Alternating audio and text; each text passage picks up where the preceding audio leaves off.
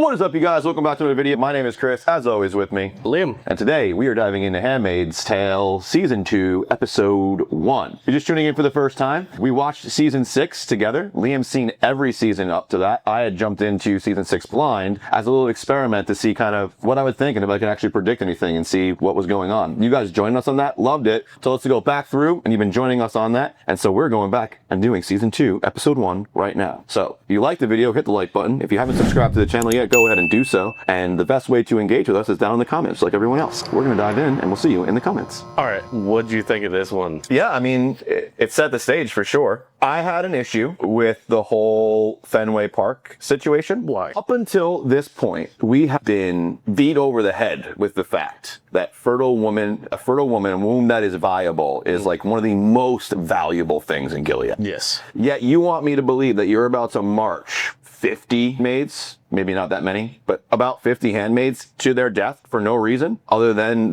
one of them resisted and all the other ones dropped the rock. I did not believe at all that anyone was ever going to get hung. And the minute that they didn't do it, I was like, chink in the armor, there we go. Because the minute you threaten someone and you cannot fulfill on that, is the minute they will start taking advantage. And I was like, that's what June needs right there. So I was actually pretty excited when that whole thing happened because they didn't even announce she was pregnant yet. None of that had happened. But the minute they gave a threat, the dog barked but didn't bite. I was like, ooh, okay, we got something here. But other than that, I was like, they're not going to hang them. Like, they're too valuable. There's no way they're going to do this. It's psychological, though. Yeah, I mean, you obviously saw That's that. what they attempted. You saw that to the point where, you know, women were peeing their pants, they were crying, they thought they were about to die. And so, yes, to that point, if you were in the world, in the show, scary shit. But me watching, I'm like, no, they're way too valuable. Like, that's never going to happen. And so it didn't. And then the true punishment came later with them holding the rocks, and then June gets absolved. And thought when she's eating the soup, I'm just jumping ahead, we can go back. I thought when she was eating the soup that they were just going to have her come in and like just watch, like military style. Like, you fucked up, now I'm going to make everybody else pay while you watch, and you get to like sit on the lawn chair I had and the like same be thing. real kind of thing. Military came right into my mind, and I'm like, Same. oh, but it was actually way worse than that. She's taking them back, I guess, one by one. We only saw the first one, and chaining them and burning them, burning the hand that dropped the rock that wouldn't do the thing. And like, whoa, not only did they brutally punish them through hazing, now they're actually going to physically harm them for what they did. Now that's more on par where I would believe Gilead, right? The hanging thing, I was like, no way, that's not going to happen. So when we were camp and someone fucked up majorly or got something shipped to them they weren't supposed to, if anyone got like sweets or snacks or something like that. A little bit different in the army, because if you got something like that, like a package of sweets or something you weren't supposed to have, if it was edible, you would sit in the chair just like you were saying. But instead of like people just sitting, they're getting their fucking asses run through the sand, like back and forth, push-ups, low crawls, everything you could think of, high leg, like leg. They're getting their butts kicked and they're getting smoked the entire time they're making you eat that. So by the time you get back up to the freaking rooms, they hate you. Yeah, like that's the whole point. We're not going to punish you because all of them are. Yeah, they didn't care if you were watching that person eat. They cared more about you knowing they were eating while they kicked your ass. Oh, they wanted us to see it while we did the stuff. Yeah, that was the difference there, is they had us like completely around the person. Yeah. They wanted that person to be physically watched and hated in that moment. Yeah, that's the point of it. That was the whole point in the show, yeah. So that was interesting because that brought back like fun nostalgia shit. But at the same time, I know how fucked up that is in that situation. I was the guy in the sand, damn it. That sucks. Yeah, that was me too. Yeah. I thought it was really cool that they used the ballpark as like this whole place of joy turned to hate. Yeah. It was in a place where it's physically supposed to be a relief from society and troubles and all this stuff and just good fun. Take me out to the ball game shit. Yeah. And instead it just became this super dystopian, freaking dark thing. Yes, it really drills is not the word I'm looking for. Puts the nail in the coffin for you. Like really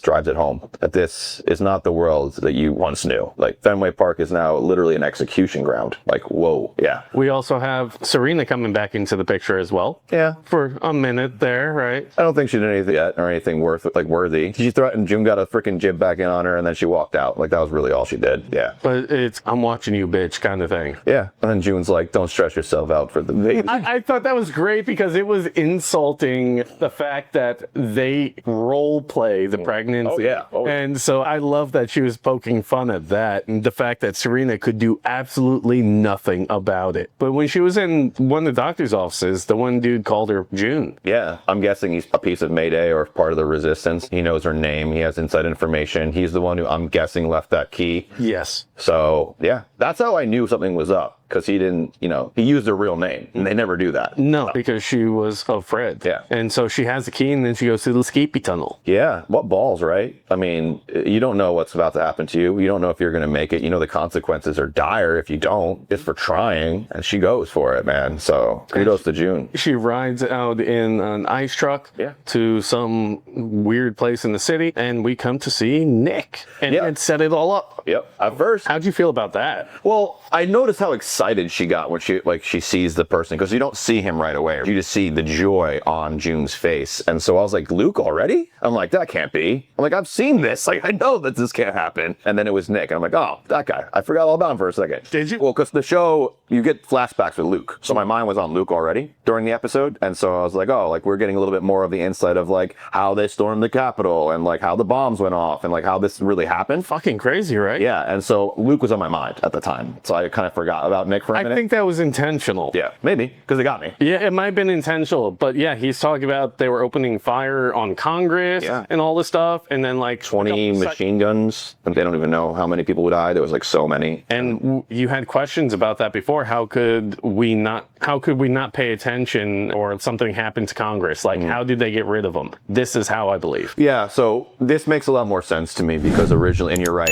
it didn't make sense, and I had a lot of questions about this because we talked about it in depth on the live call too with everybody about the frog in boiling water. But this, I'm glad I'm getting to see it now in real time because it's showing me just fast it actually happened. Because for me, I thought, oh, they shot up Congress and then it was like, 6 more months and then they blew up the White. Like it was a slow progression, but no, like they shot everybody up and the same day they started blowing things up. And so like when they launched the attack on Congress, it was a full blown, we're taking over from that point on. It was a coup. Yeah. So all the things that we saw before that of like the bleeding of the rights, women can't work, all these different things leading into that, ultimately, I think that was the slow cook because once they actually had that attack on Congress, it seems to me, based on what I saw in this episode, that their plans accelerate quite quickly. Yes. Got to figure out the timeline from when the Congress explosion part happened to them actually attempting to run. Because it looks like on Luke's face, he's ready fucking now. Well, he woke his sick daughter up and said, hey, get up, we gotta go. And at that point, I thought they were about to leave because why would you not just let her rest if she's sick? And so the only reason you're going to wake her up, like you're in danger, you need to go somewhere. Otherwise, you're going to let your daughter rest. So you think that's right before they run? I think we're seeing moments before they leave, like before they get in that car like and then crash happens. Or maybe because they go from Boston, right? They live in Massachusetts, but they get caught further north, don't they? Because they're almost in Canada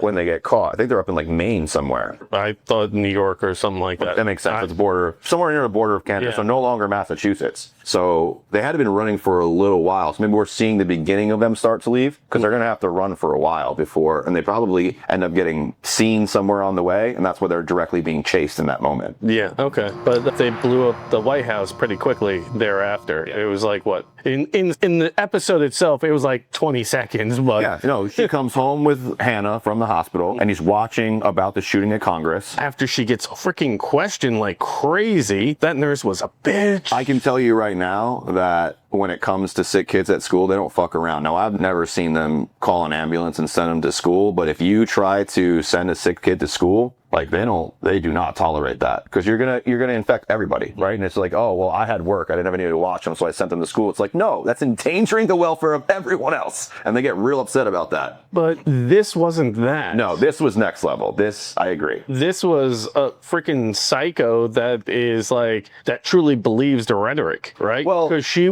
kept calling her by her husband's name. Yeah. She's a believer, and also I have to remember that although there are similarities in life to this show 100%. In this show, the population of like the fertility and, you know, newborn population is incredibly low. And anybody, especially someone who works in a hospital and deals with children on a regular basis, I believe would be incredibly sensitive to any kind of miscarriage to that child. Now, based on the way she was using her name and doing all that stuff, I agree with you, total believer, but I can also see in the world that Gilead exists in, inside of the world that June now lives in, or lives in the series, that would make sense for anybody who works with children to be very sensitive to that child and that child's care. So okay, and then the last scene that we got was June cutting her ear, which just fucking got me disgusted. I'm like, can we get this over with already? Please just keep moving it, because I was feeling it. I was feeling the fucking pain. Yeah, as she's doing it. Yeah, I was squirming in my chair. Yeah. Oh, because I know, like, I fucked with my ear before from piercings. Yeah. I know that pain.